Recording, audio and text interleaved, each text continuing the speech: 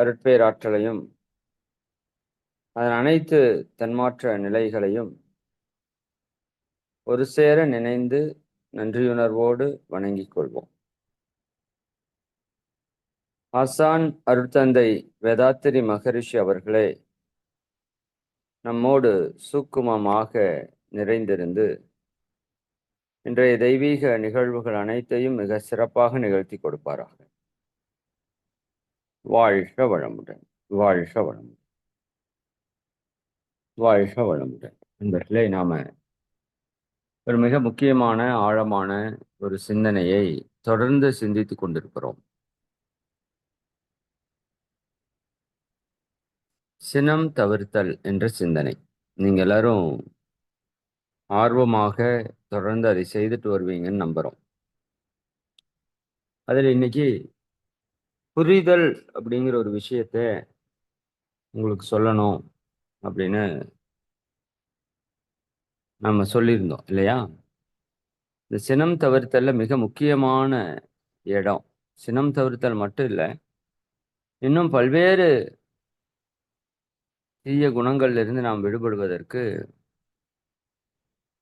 இந்த புரிதல் அப்படிங்கிறது மிக மிக ஒரு அவசியம்.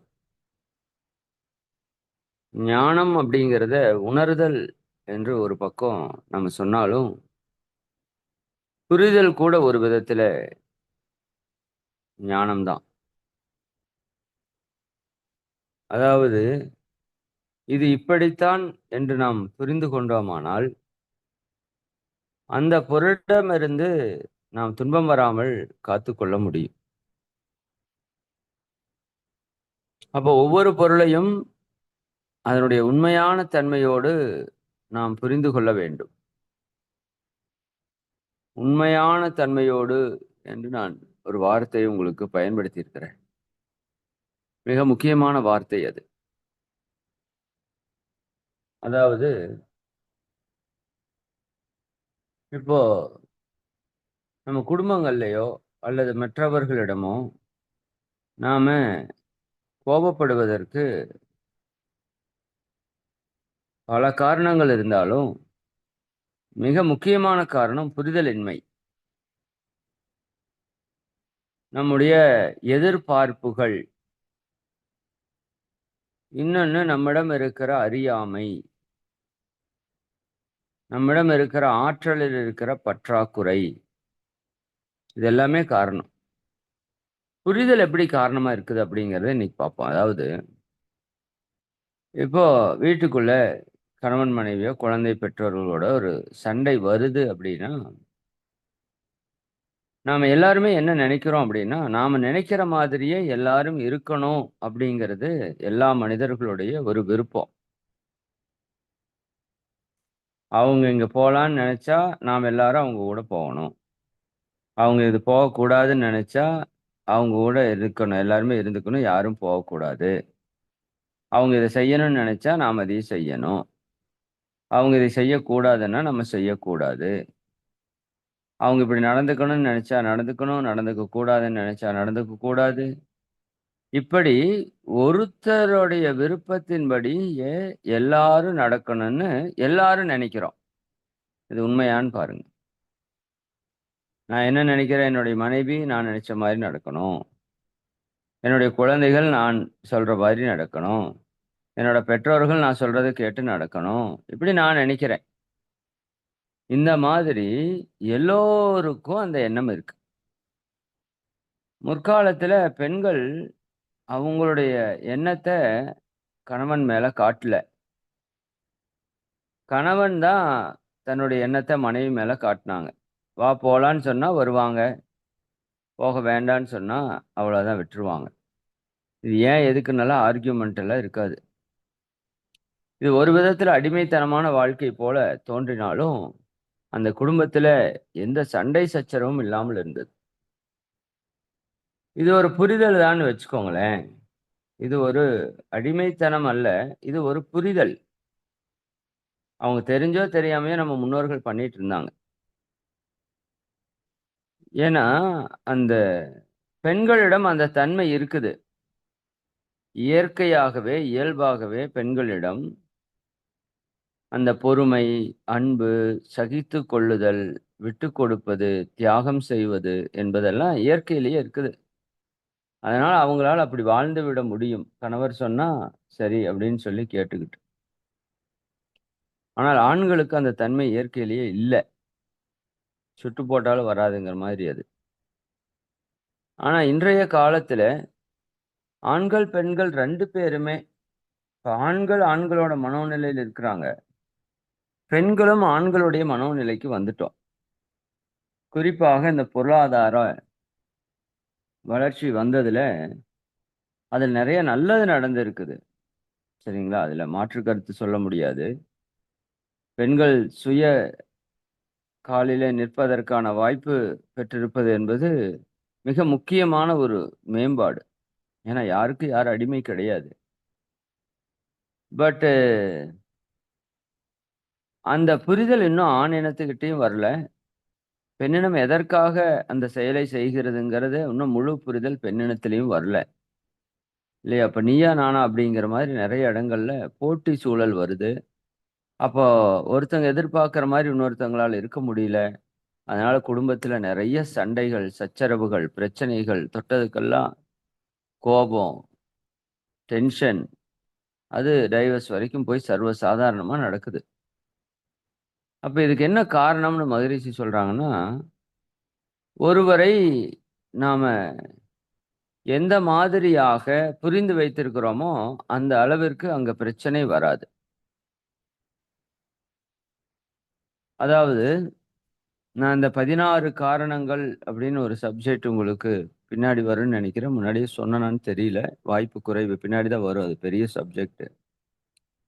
ஒரு மனிதன் இந்த மாதிரி இருக்கிறதுக்கு, அவனுடைய உடலினுடைய வடிவம், அவனுடைய குணம், அவனுடைய புகழ், அவனுடைய செல்வம், அவர்களுடைய அறிவு வளம்,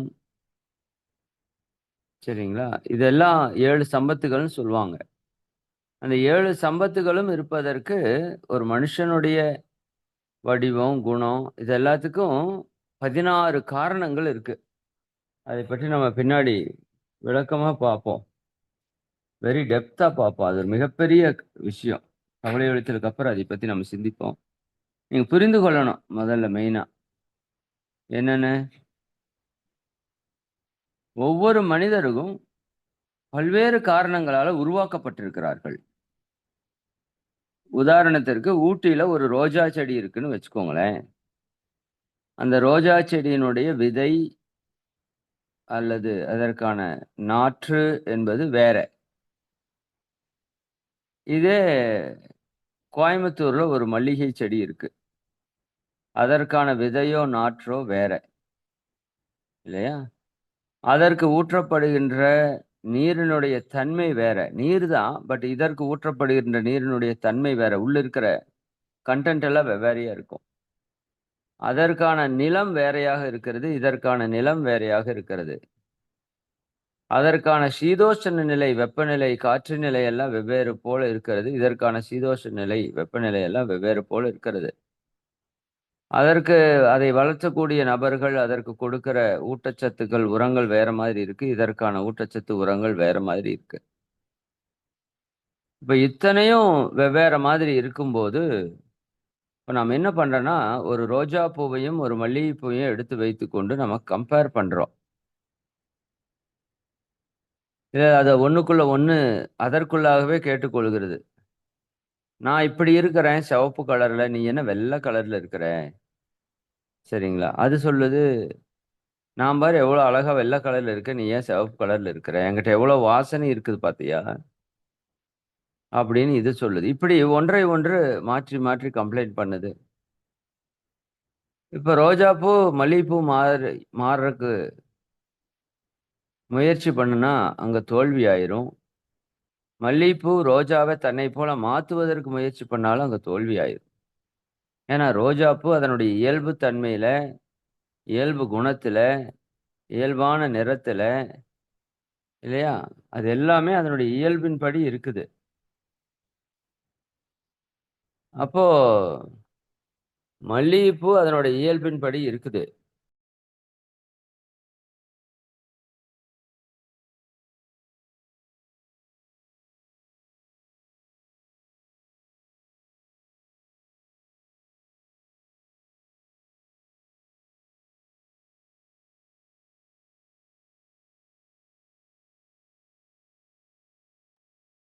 அப்ப இந்த இடத்துல நம்ம ஒரு புரிதலுக்கு வர்றோம். ரோஜா பூ இப்படித்தான் இருக்கும். யாரு நம்ம 2 பேரு நாம யாராவது எடுத்து ரோஜா பூ, மல்லிகை பூ எடுத்து கம்பேர் பண்றது இல்ல. ஏன்னா ரோஜா பூன்னா இப்படித்தான் இருக்கும் அப்படின்னு நம்ம புரிஞ்சிருக்கிறோம். மல்லிகை பூன்னா இப்படித்தான் இருக்கும் அப்படின்னு நம்ம புரிஞ்சிருக்கிறோம்.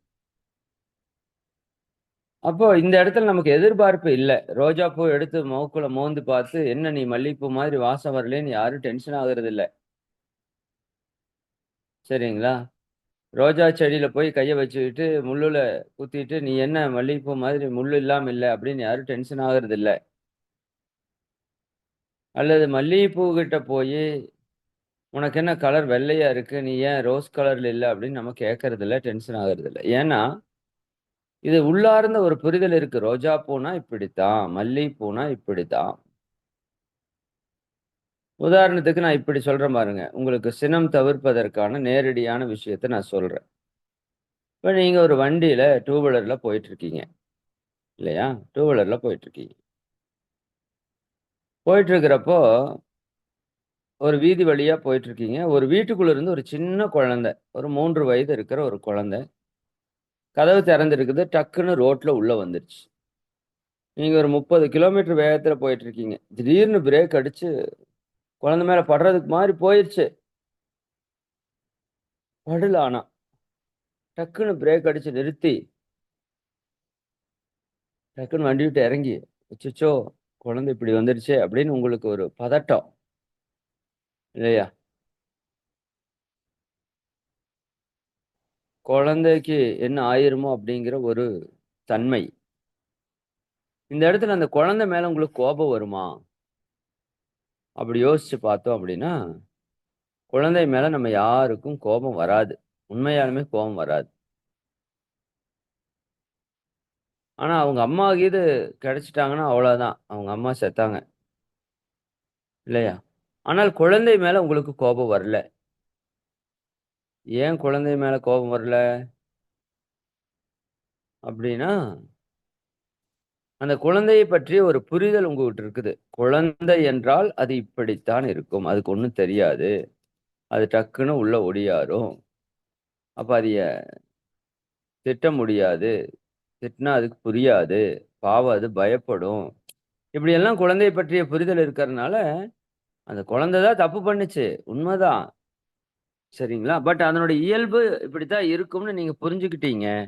புரிஞ்ச உடனே அந்த குழந்தைய எடுத்து கொஞ்சுறீங்க. "ஐய்யய்யோ! தங்கம் என்ன இப்படி வந்துட்டியேன்னு" கேட்கிறீங்க. கொண்டு போய் உன் வீடு எதுன்னு பார்த்து விட போறீங்க. அங்க போய் அவங்க அம்மா, அப்பாட்ட சத்தம் போடுவான். அது வேற. இப்போ அந்த அம்மா, அப்பாவ நீங்க பார்த்து சத்தம் போடுறீங்கல்ல, கோவம் வருதுல்ல.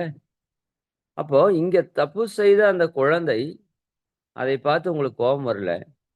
அதே வீட்டுக்குள்ள போய் அம்மா, அப்பாட்ட கோவம் வருதுன்னா என்ன அர்த்தம்ன்னா, நீங்க அவங்க அம்மா, அப்பா வந்து அந்த குழந்தைய சரியா கவனிக்கல அப்படின்னு நீங்க அதை சத்தம் போடுறீங்க. உண்மதான்.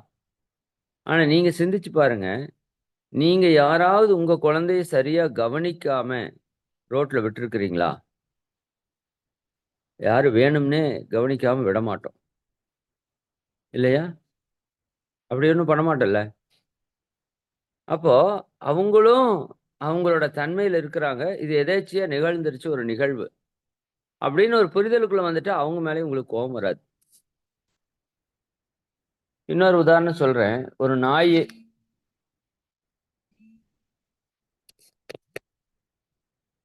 உங்கள பார்த்து கொலைக்குதுன்னு வச்சுக்கோங்க. இத நான் அடிக்கடி பல இடங்கள்ல சொல்லியிருக்கிறேன். நமக்கு அடுத்தவங்க வந்து என்னைய டென்ஷன் பண்றாங்கன்னு தான் நம்ம நெறைய பேர் சொல்றோம். புத்தர் அதே மாரி தான் போயிட்டுருக்காரு. ஒரு ஊர்ல வரவேற்பு நல்லா இருக்கு. ஒரு ஊர்ல திட்டுறாங்க. இதை சொல்லியிருப்பேன்னு நெனைக்கிறேன். அவரு வரவேற்ற ஊர்ல வரவேற்பை ஏற்றுக்கொண்டு அவங்க நெறைய பழம் குடுத்தாங்க. அதுல ஒரு பழம் எடுத்துட்டு வர்றாரு. திட்டுகிற ஊர்ல அவர் எந்த விஷயத்தையும் எடுக்காம அவர் பாட்டுக்கு போயிட்டே இருக்கிறாரு. ஆனால் திட்டு நடக்கிறத அவருடைய சீடர் பார்த்து தாங்க முடியாம புத்தரிடம் கேட்கிறார். "என்ன குருவே இப்படி திட்டுறாங்க?" அப்ப புத்தர் சொன்னார், "அந்த ஊர்ல எனக்கு நெறைய பழங்கள் குடுத்தாங்க. அதுல ஒன்றை நான் எடுத்துக்கொண்டேன். இது என்னுடையது. நான் மற்றதை எடுக்கவில்லை. அது அவர்களுடையது" என்று சொன்னார். அப்போ அப்பதான் அந்த சீடனுக்கு புரிந்தது.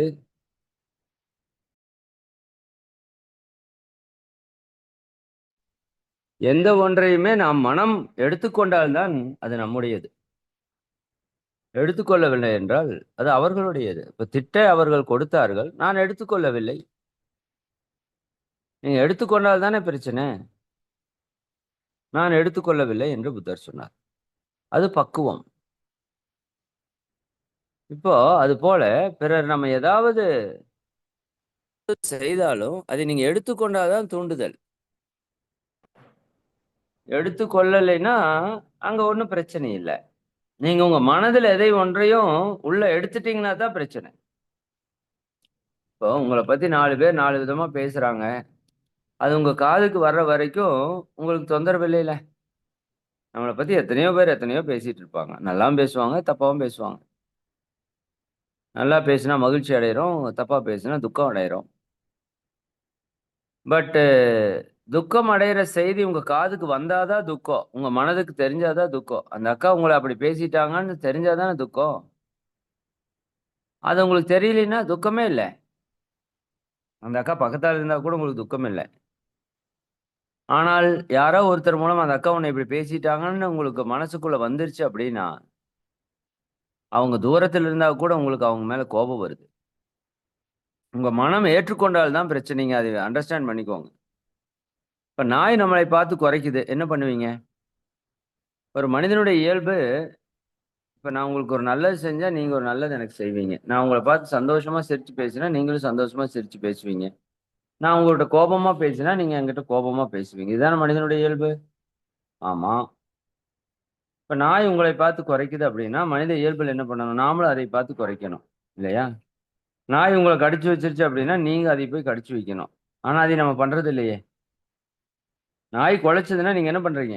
ஓரமா போறீங்க, ஒதுங்கி போறீங்க. நாய் கடிச்சிருச்சுன்னா, நீங்க போய் ஆஸ்பத்திரியில போய் நீங்க தான் ஊசி போட்டுக்கிறீங்க. நாய போய் கடிக்கிறது இல்ல. ஏன்னா, நாய்னா இப்படித்தான் இருக்குங்கிற புரிதல் உங்ககிட்ட இருக்குது. ஒரு எரும மாடு ரோட்ல போகுது. நீங்க ஹார்ன் அடிக்கிறீங்க. டென்ஷன் ஆவீங்களா? ஆக மாட்டீங்க. ஏன்னா, எரும மாடுனா இப்படித்தான் இருக்குன்னு புரிதல் உங்ககிட்ட இருக்குது. ஒரு மிளகாய் பொடி கையில தொட்டுட்டு கண்ணுல வச்சுட்டீங்க. இப்ப மொளகா பொடி மேல யாராவது கோவப்படுவீங்களா? கோவப்பட மாட்டீங்க. ஏன்? மொளகா பொடினா இப்படித்தான் இருக்கும் அப்படின்னு நீங்க புரிஞ்சுக்கிட்டீங்க. இல்லையா? இப்படி நீங்க எதையெல்லாம் புரிஞ்சு வச்சிருக்கீங்களோ, அதெல்லாம் உங்கள கோபப்படுத்தாதுங்க. சரிங்களா? இது இப்படித்தான். அப்படி நீங்க புரியணும். இப்ப வீட்ல எங்க கோவம் வருது? நீங்க செருப்ப நேரா உடுன்னு சொல்றீங்க. அவங்க நேரா உடல. இப்ப நீங்க ஒண்ணு எதிர்பார்க்கிறீங்க, அது நடக்கல. உடனே உங்களுக்கு கோவம் வருது. அப்ப நீங்க என்ன புரிதல் வரணும்? இது இப்படித்தான். உங்க வீட்டுக்காரரு இப்படித்தான். வீட்டுக்காரம்மா இப்படித்தான். சரிங்களா? முதல்ல புரியுங்க. புரிதல் வேணும். யார பத்தி புரிஞ்சுக்கிறோமோ இல்லையோ, முதல் வாழ்க்கை துணைய பத்தி நல்லா புரிஞ்சுக்குங்க. பெற்றோர்கள், குழந்தைகளை பத்தி நல்லா புரிஞ்சுக்கோங்க. முடிஞ்ச வரைக்கும். புரிஞ்சுக்கவே முடியாதுங்கிறத புரிஞ்சுக்கிறது ஞானம்னு சொல்லுவாங்க இல்லையா? ஒருத்தரை ஒருத்தர் புரிந்து கொள்ளவே முடியாது என்று புரிந்து கொள்ள வேண்டும். சரிதானா? நம்ம முடிஞ்ச வரைக்கும் புரிஞ்சுக்கிறதுக்கு முயற்சி பண்ணுவோம். ஒரு அடிப்படையாவாவது இல்லையா? அவங்க காலையில எந்திரிச்சா என்ன கேட்பாங்கன்னு நமக்கு தெரியும். என்ன பண்ணுவாங்கன்னு தெரியும். சரிங்களா? அவர் ரெகுலரா டீ குடிக்கிறவரா இருந்தா, டீ குடுத்துட்டீங்கன்னா, அங்க டென்ஷன் இல்ல. இல்ல டீ இல்லைன்னா, அவருக்கு கோவம் வரும்னா, நீங்க அதான் புரிதல். அப்ப அவருக்கு டீ குடுத்தரணும். சரிங்களா? இல்லாட்டி அங்க டென்ஷன் தான், சண்ட தான்.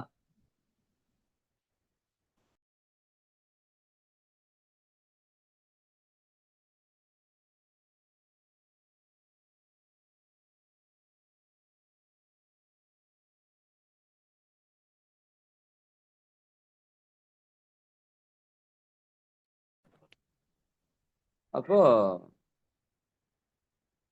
நம்மகிட்ட ஒரு புரிதல் நீங்க ஒரு பட்டியல் பண்ணணும். யார் மேலெல்லாம் அதிகமா கோவம் வருதோ, அந்த ஒரு நபர எடுத்துட்டீங்கல்ல, அவருடைய இயல்பு தன்மை என்ன அப்படிங்கிறத நீங்க என்ன பண்ணணும்?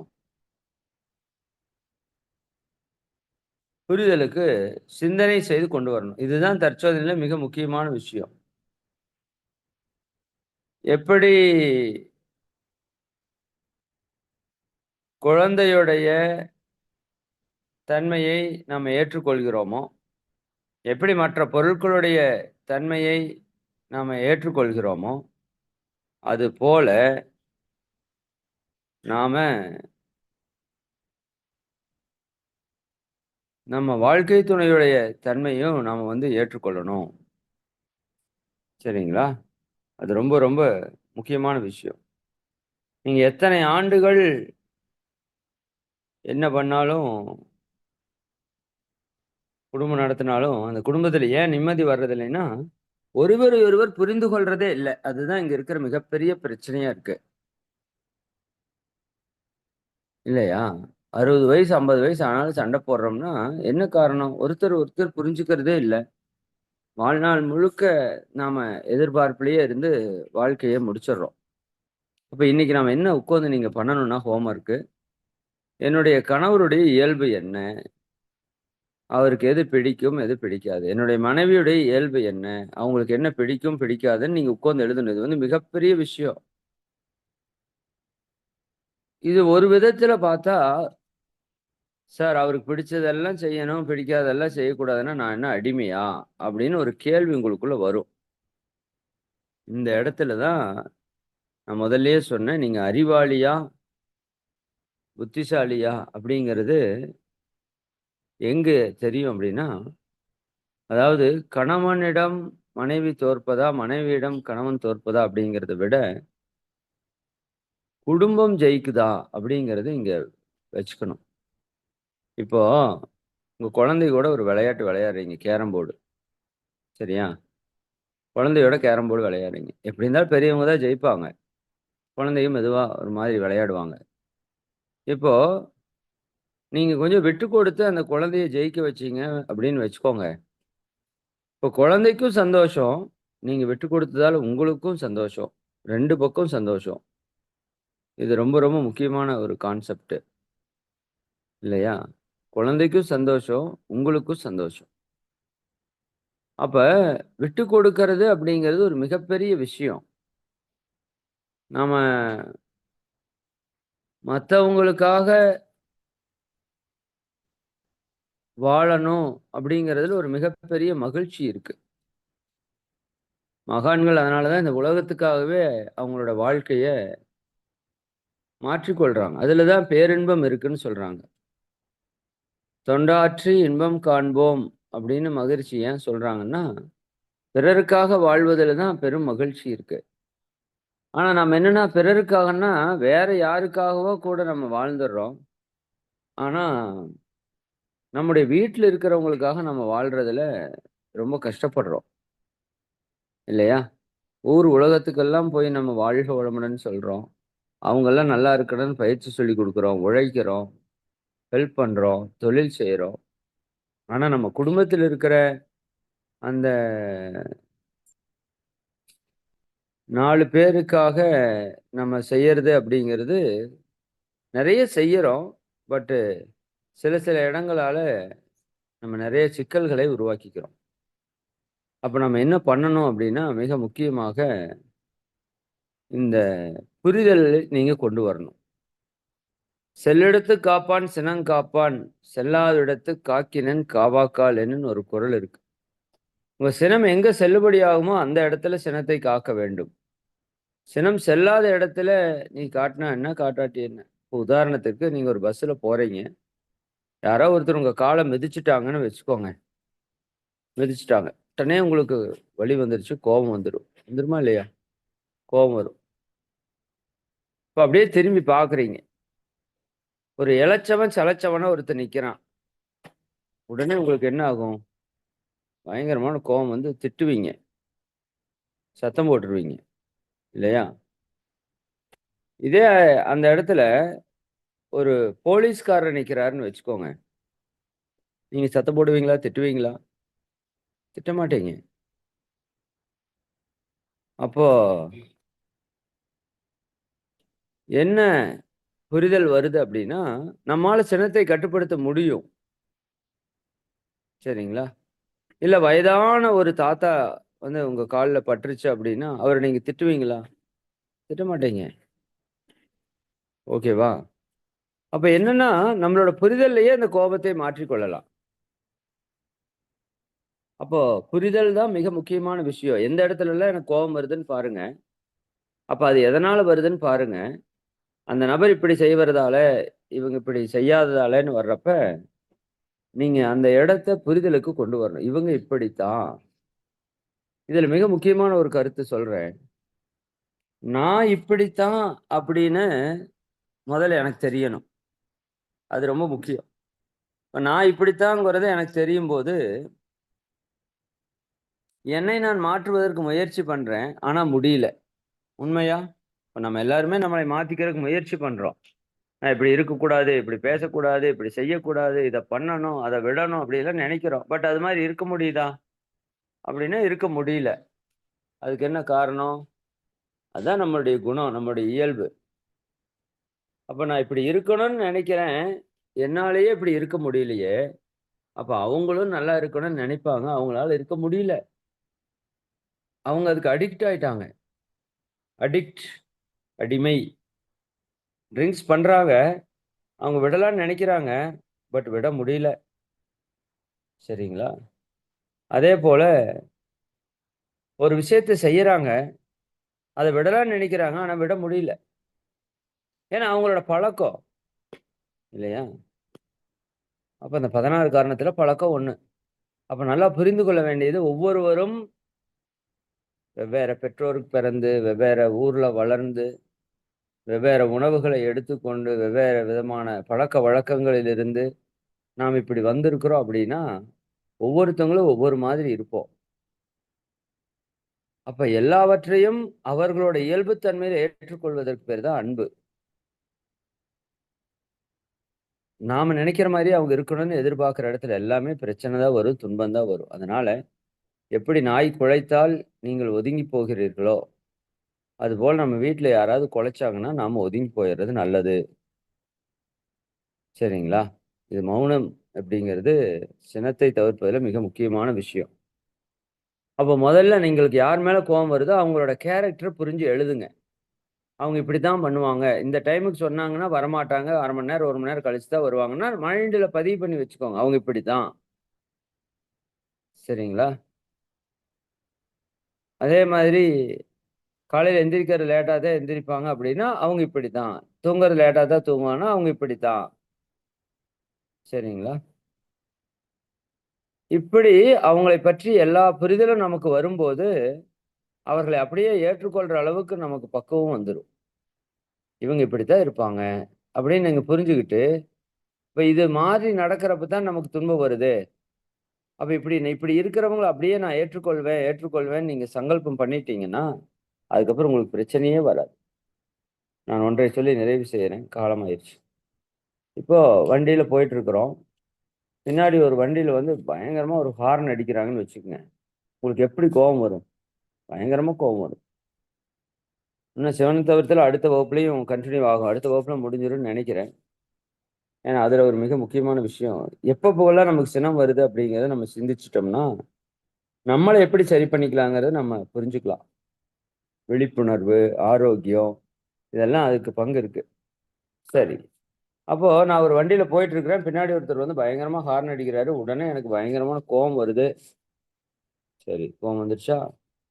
இப்ப ஏன் கோவம் வந்துச்சு? ஏன் கோவம் வந்துச்சு? அப்படின்னா, ம் நான் ஒண்ணு எதிர்பார்க்கிறேன். இந்த இடம் அமைதியாவே இருக்கணும். சத்தமே வரக்கூடாது அப்படின்னு. இது எதிர்பார்ப்பு. மறைமுகமா இருக்கிற எதிர்பார்ப்பு. இப்ப ஒருத்தர் ஹார்ன் அடிச்ச உடனேயும் என்னுடைய எதிர்பார்ப்பு கலைஞ்சு போச்சு. என்னோட ஆசை அங்க கெட்டு போச்சு. உடனே அந்த உயிராற்றல் எழுச்சி பெற்று, எவன்டா அவன் ஹார்ன் அடிச்சதுன்னு பார்க்கிறோம். உடனே அவன திட்டுறோம். சரிதானா? ஒண்ணா முடிஞ்சா கார் டோர் இறக்கி திட்டுறோம். இல்லாட்டி அப்படியே திட்டிட்டே போறோம். இந்த நாய் பாரு எப்படி ஹார்ன் அடிச்சுட்டு போறான்னு திட்டுறோம். அப்போ டென்ஷன். இப்போ அதே இடத்துல பின்னாடி ஒரு ஆம்புலன்ஸ் வருது. ஒய் ஒய் ஒய் ஒய்ன்னு கத்திட்டு வருது. இப்போ உங்களுக்கு டென்ஷன் ஆகல. மாறாக அதுவும் ஒரு கூச்சல் சத்தம் தான். மாறாக நீங்க வண்டிய ஓரமா ஒதுக்கி நிறுத்துறீங்க. அந்த வண்டிக்கு போறக்கு இடம் குடுக்குறீங்க. உங்கள் மனம் அன்பு நிறையுது. அங்க உள்ள இருக்கிற உயிர் நல்லா இருக்கணும்னு நெனைக்கிறீங்க. ஒரு அருள் காப்பு போடுற இத்தனையும் நடக்குது. 2ம் சப்தம் தான். அப்ப இங்க ஒரு புரிதல் என்னன்னா, அதாவது அவசரத்துக்கு போறாங்க, ஒரு உயிரை காப்பாற்ற போறாங்கங்கிற புரிதல். அந்த பக்கம் அவன் என்னன்னா வேணும்னு ஹார்ன் அடிக்கிற மாரி ஒரு புரிதல். உங்களோட புரிதல்ல தான் மாற்றம் வரணும். அப்ப நம்ம என்ன புரியணும், நாமளும் சில நேரங்கள்ல வேகமா ஹார்ன் அடிச்சுட்டு போயிருப்போம். ஏதாவது ஒரு எமர்ஜென்சி இருந்திருக்கும். சரிங்களா? அப்ப நாம போறப்ப நம்மள ஏற்றுக்கொள்கிறோம். அதே சமயம் மத்தவங்க வரும்போது அதை நம்ம ஏற்றுக்கொள்வதில்ல. ஏன்? அங்க புரியல.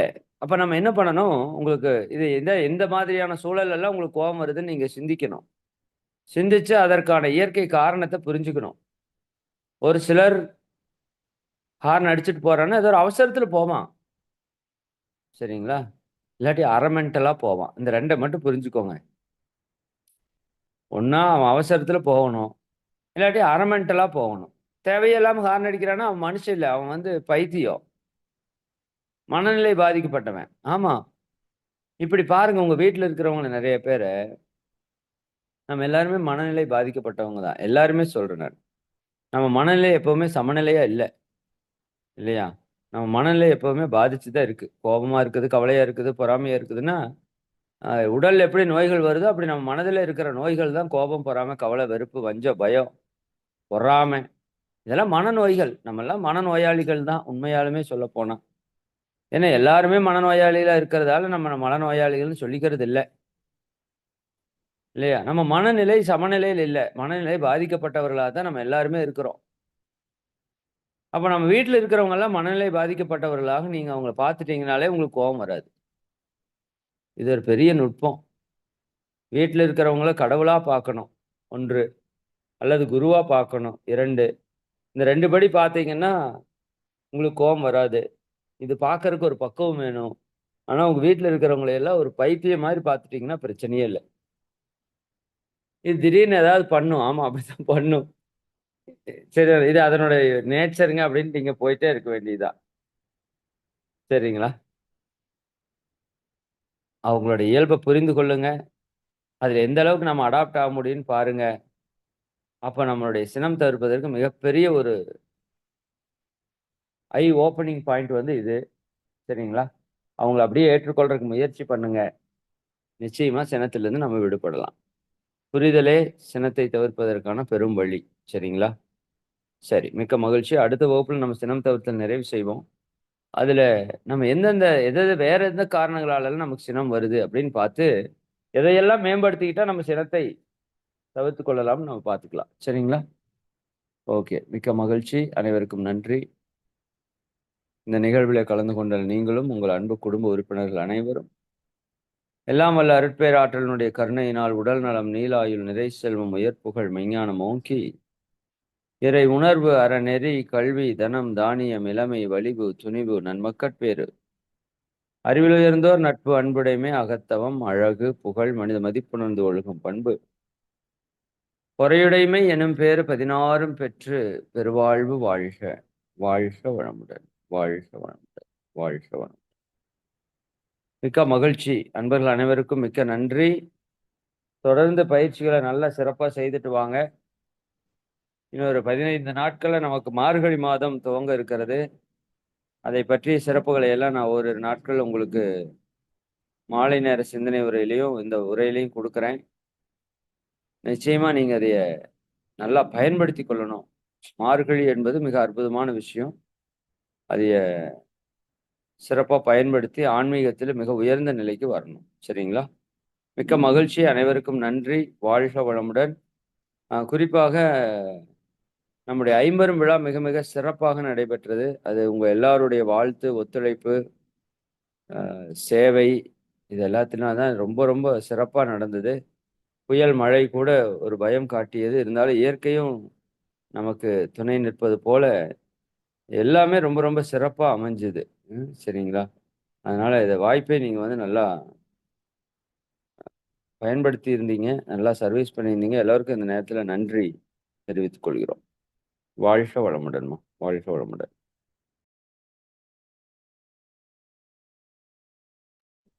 நன்றிங்க ஐயா. வாழ்க வளமுடன். இன்னைக்கு நமக்கு தலைப்பு சினம் தவிர்த்தல் பற்றியும், ஆசை தடைபடும்போது ஏற்படுவதுதான் சினம் அப்படிங்கிறது. சீரமைக்கப்படாத ஆசையே சினம் அப்படிங்கிறது. பெண்கள் என்னைக்குமே இயற்கையிலேயே எதையும் ஏத்துக்கொள்ளக்கூடிய தன்மை இருக்குது. அவங்களத்தான் கடவுள் படைக்கும்போது லேட் ஆகுச்சா பெண்கள படைக்கிறம்போது. ஏன்னா, தொட்டா மிருதுவாகவும், மனதால அவங்க உறுதியானவங்களா படைக்கணும்னு சொல்லி மகரிஷி சொல்லியிருக்காரு. அது மாரி நாமளும் பெண்கள் மென்மையானவர்கள். ஆனா, மன உறுதி கொண்டவர்கள்னு ஐயா மிகச் சிறப்பா எடுத்துரைத்தாரு. அந்த ஆண்களுக்கே உண்டான அடிமைத்தனம் இருக்கு பாருங்க. ஏன்னா, அது காலங்காலமா அப்படியே வந்திருக்கு. அதையெல்லாம் எப்படி மாத்தணும்? அதனால தான் இப்ப இருக்கிற காலத்துல சண்டை சச்சரவுகள் நெறைய வருது குடும்பத்துல. குடும்பத்துல புரிதல் என்கிறது கரெக்ட்டா வேணும். அது குடும்பம், குழந்தைகள், கணவன், பெற்றோர் எல்லாத்தையும் புரிஞ்சு நம்ம நடந்துக்கிறது அப்படிப்பட்டது. புத்தர் கதைய பத்தி கூறுனாரு. ரோஜா செடி, மல்லிகை செடி அதோட குணங்கள் வெவ்வேறா இருந்தாலும், பூக்கள் அருமையா இருக்கிறது. அதுக்கு நெறைய ஊட்டச்சத்துக்கள் குடுக்கறத பத்தி மிகச் சிறப்பா சொன்னாரு. அப்புறம் குறள பத்தி "சொல்லெடுத்து காப்பான், சினங்காப்பான்" அப்படிங்கிற பத்தி நம்ம எப்படி எல்லாரோடமும் கோவத்த காமிப்போங்களா? சினத்த எரிஞ்சிருங்களா? ஏன்னா எளியவர்களிடம் நம்மளோட சினத்த காமிப்போம். வலிமையான இருக்கிறவங்க கிட்ட அவங்ககிட்ட அப்படியே மெதுவா பம்மி போயிருவோம் அப்படிங்கிறத ஒரு கதையின் மூலமா சொல்லி குடுத்தாரு. எல்லாத்துக்கும்